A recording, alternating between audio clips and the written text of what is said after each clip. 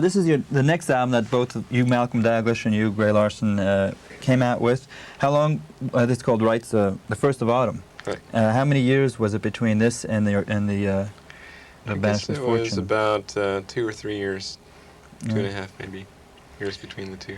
Was how was the initial response to this after Banished Misfortune? Was it? Not quite as good, actually. I'm not exactly sure why, but I think by the time that came out, for one thing, there was more competition and those kinds of records. You started a whole new revival there, huh? Well, I can't say that we started it, but we were, I suppose, in the early number of groups that were doing that kind of thing. Now, both these albums are on June Apple Records. Right. Right, okay. Did they approach you, or you approached them for it? Well, we went to them to do the first record, and we just went to record there, to use their studio, but at the inception of that record, it was not going to be on June Apple Records, but it was going to be on a different company in Cincinnati.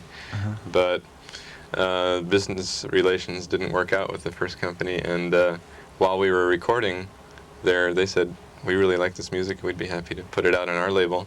Super. So we said, "Oh, let's do that." And this was in Kentucky? Yeah. Whitesburg, Kentucky, which is in the eastern. If people have seen the movie Coal Miner's Daughter, that was filmed in Whitesburg. It's coal strip mining part of Kentucky. Well, I guess imagine that would be more bluegrass country than it is Irish country. It's true, yeah, definitely true. Was your music accepted? I guess they liked it. June Apple liked it, so it was. Yeah. And Appalachian music is really not very far removed from Irish music. I mean, Irish music is one of the main components that Irish music and I'd say African music actually. Those two, and Scottish music too. Those influences all sort of evolved into what is Appalachian music now. Oh, so there's a connection.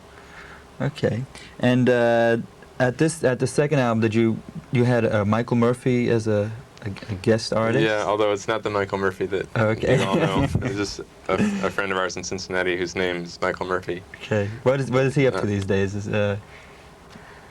he still playing music, or? Well, I've sort of lost touch with him. He moved to Canada, and it's been probably 3 or 4 years since I've talked to him, but I'm sure he is still playing music.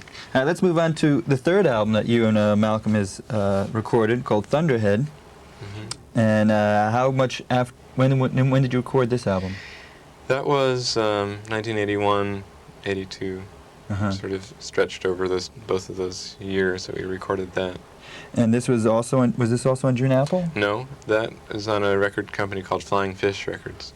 How did the transaction happen there? How did you move from one label to the other? Well, it was our own choice. We felt that Flying Fish Records had a reputation for having wider distribution, basically, and we decided that we would like to get our records distributed more widely, so we decided to see if they'd be interested, and they were. And they were. Yeah. Was June Apple upset at all? I mean, was it something that... I think they were disappointed somewhat. The first record that you showed, Banished Misfortune, has been their best-selling record, still is. Right, for the entire label, huh? Yeah, I think it still is, even though it's been out for 8 or 9 years. And the albums are all still available? Yeah. All the albums. If people are interested in the album, they could contact us at the station, and we'll get people in touch with you and how to get hold of the album, okay? Sure, yeah. And also, I understand that you have a new member of your band. Right. Peter Sutherland. And he's a fiddle player. Is that all he does, is play fiddle? No, not at all. He also plays guitar, banjo, and piano, and sings, and he's all 3 of us in the group are actively composing music too, songs and instrumental music. So between the 3 of you, how many instruments are you could? I suppose 10 or 12 instruments. Yeah. And so is he known as? You don't have any specific instrument that you call your own. I mean, he plays fiddle and you play fiddle, and. Yeah, I guess I think of myself. If I had to choose one instrument to play, it would probably be the flute. That's the instrument that I feel most at ease with and most able to express myself through. Well, let's hear another song, okay? Okay. Carry time away here. Well, here's something a little different. This instrument is called a hardanger fiddle, and it's a Norwegian traditional instrument. Okay, we're not going to let you get away with that so easily. You bought it. This is you bought it. Where'd you buy this album? I ordered it from a hardanger fiddle builder in Norway, and but actually he was traveling in this country when I bought it from him in Boston. But he lives in Norway and built it there. The craft work, I've never seen anything like that on a fiddle. Yeah, it's really a beautiful instrument. So deceiving. It's you only have 4 strings on it, right? But you have 8 pegs. Well, there are 8 strings. There are 8 strings. Yeah, the main 4, just like on a violin, you can see here, but there's 4 extra ones. I don't know if it's going to be possible to get a good camera angle on that or not, but underneath there's 4 other strings that are what they call sympathetic strings that vibrate on their own when you play the upper strings. So in a way it's like most people have heard some Indian music like Ravi Shankar playing sitar, and that instrument has a reverberating tone quality, and this has a similar quality to it because of the sympathetic strings. Okay. What are you going to play? I think I'll play a Norwegian wedding march, which is called Bruremarsj Fro Seljord, wedding march from Seljord, and Seljord is a small town in southern Norway. Okay. First, I want to make sure it's in tune. That sounds pretty good.